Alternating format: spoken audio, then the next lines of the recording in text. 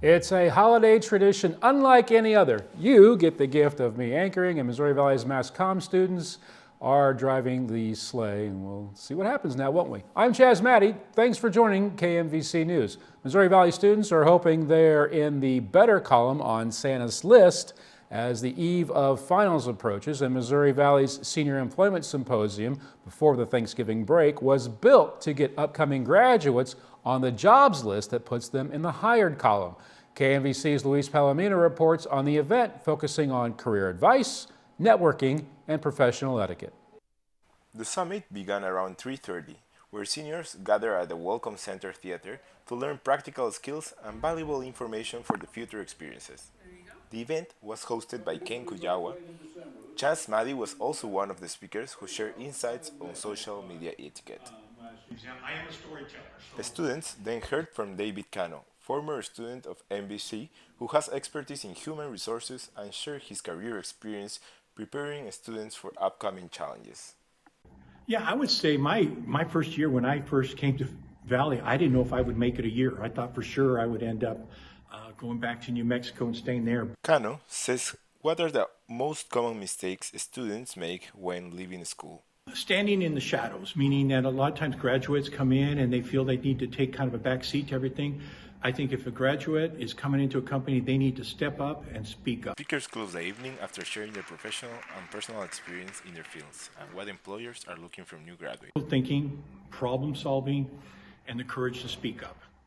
I think those three skills alone will move people forward, and good communication skills is so important, both written and presentation skills. After presentations, students moved to the Charles Bacon conference room for a networking session. Fresh Ideas provided refreshments and an etiquette dinner which included wine tasting. Students left the summit event happy, not just because of all the advice and recommendations they were able to get from speakers, but also for the chance to interact with other students who are close to the graduation. Luis Palomino, KMVC News. And the Employment Symposium is one of the events that Student Success Department puts on to help students prepare for their professional and social skills in a business setting to be career ready before leaving school. The Missouri Valley women's soccer team advanced to the national championship site in Pensacola, Florida with a 2-1 overtime win against Spring Arbor before the break. The golden goal coming from Marlene Flores 23 seconds into the overtime period.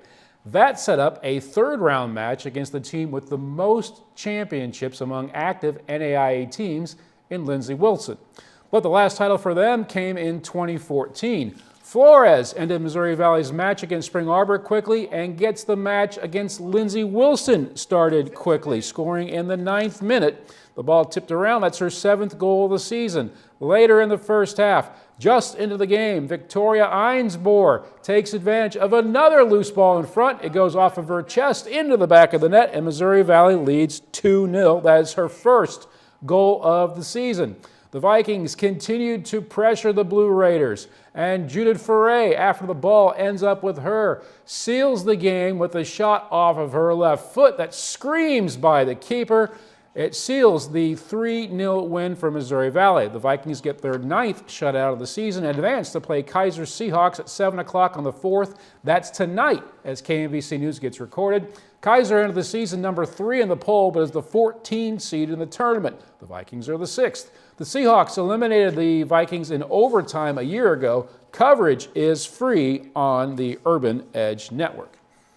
Missouri Valley's women's wrestling tournament featured teams from all divisions, NCAA and on down to NAIA, and more than 50 teams competing. It is the largest women's wrestling tournament in the country.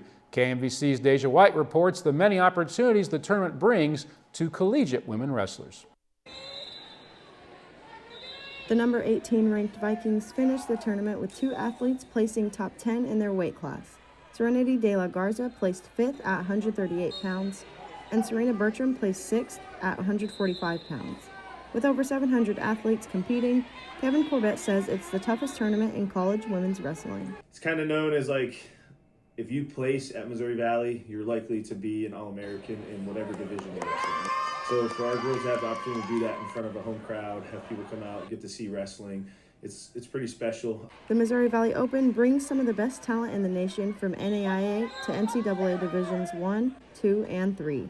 Adams State's women's wrestling is a Division II team that traveled from Alamosa, Colorado.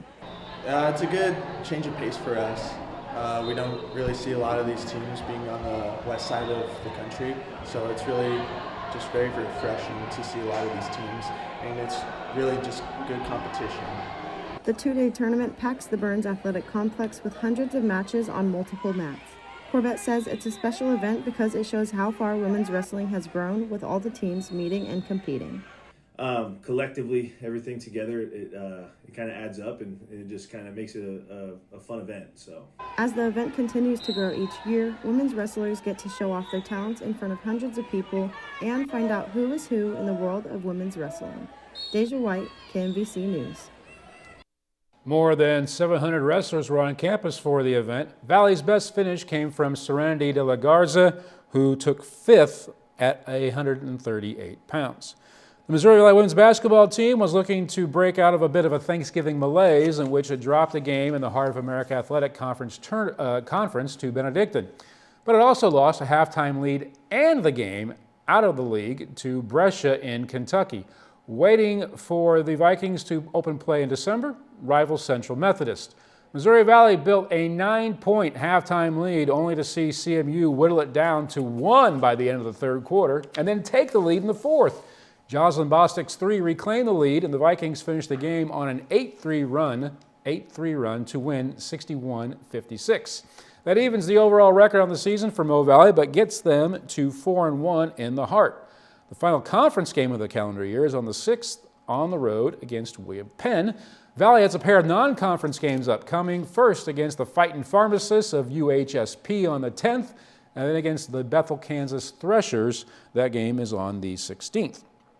The first weeks of the season for the Missouri Valley men's basketball team has been a holiday feast or famine, scoring 35 against Graceland, and then 95 against Baker 7 days later, and then 57 opposing Benedictine, and then 85 with the help of a 52-point second half taking on Harris-Stowe State. And much like against Harris-Stowe State, the Vikings experienced feast and famine all in the same game against Central Methodist. The Southwest goal in Puckett Fieldhouse in Fayette had a lid on it. The Vikings scored 26 first-half points, only 5 in the final 9 minutes of the first stanza, and trailed by 15 at the half. Flipping ends, CMU only managed 24 at that Southwest basket, and Valley scored 44 second-half points. The Vikings turned a 15-point deficit into a 10-point lead late in the second. That's a 25-point second-half swing. And Missouri Valley moves to 3-2 in league play with the 70-65 win. Even with the up-and-down scoring, the Vikings have won 4 of their last 5. Valley goes to William Penn on the 6th and finishes the calendar year with a game on the 13th against Columbia College in the Burns Center and a road trip on the 17th to take on NCAA Division II Northeastern State in Tahlequah, Oklahoma. Northeastern State in Oklahoma. The campus pathways get decked on the 4th. Again, that's the night of the show's recording as part of the hanging of the greens and a Christmas festival. Students and faculty, and anyone else who'd like to join really, stroll down luminary-lit pathways and carol from building to building as part of a larger Christmas festival. The Christmas festival starts at 5, hanging of the greens and the caroling all begins at 7 o'clock. Missouri Valley Student Research Symposium is December 8th, running from 9 until 4 in several locations on campus, but mainly in the Malcolm Center for Student Life. A record number of students, from freshmen to grad students, are set to present this year. It is open to the public. As the Christmas season moves closer, nations from all over the world are getting ready to prepare traditional holiday meals associated with their culture and their history. KMVC's Carol Carbo reports how various countries around the world celebrate Christmas with food. Christmas is among the festivals whose celebrations vary across cultures in the world. In Italy, Christmas is often celebrated with seafood dishes, the most popular being called Feast of the Seven Fishes. Christmas stollen, stuffed cabbage, and roasted pork are some of the holiday's meals in Germany.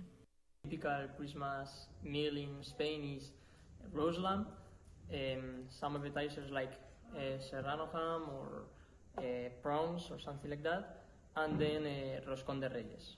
In Spain, Christmas meals begin with appetizers such as ham or seafood. In celebrations often finish with roscón de reyes, a sweet bread traditionally eaten during Epiphany.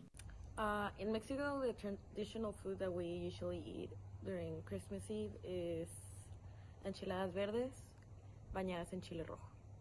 In Mexico, families prepare tamales or enchiladas verdes, dishes that can vary by region but are central to Christmas celebrations. Although cultures vary, the meals eaten during holidays all over the world represent the traditions and family practices of each country. Carol Carbo, KMVC News. Each country celebrates its version of Christmas on the holidays, and specific traditional meals are part of the celebration that Missouri Valley students are sharing now with each other. No leftovers for this edition of KMVC News as the fall semester wraps up. The first edition of 2026 is set for February 3rd, and that's just a couple weeks after the start of the spring semester. Thanks for keeping up on Missouri Valley news and events throughout 2025. I'm Chaz Maddie, and this is KMVC News.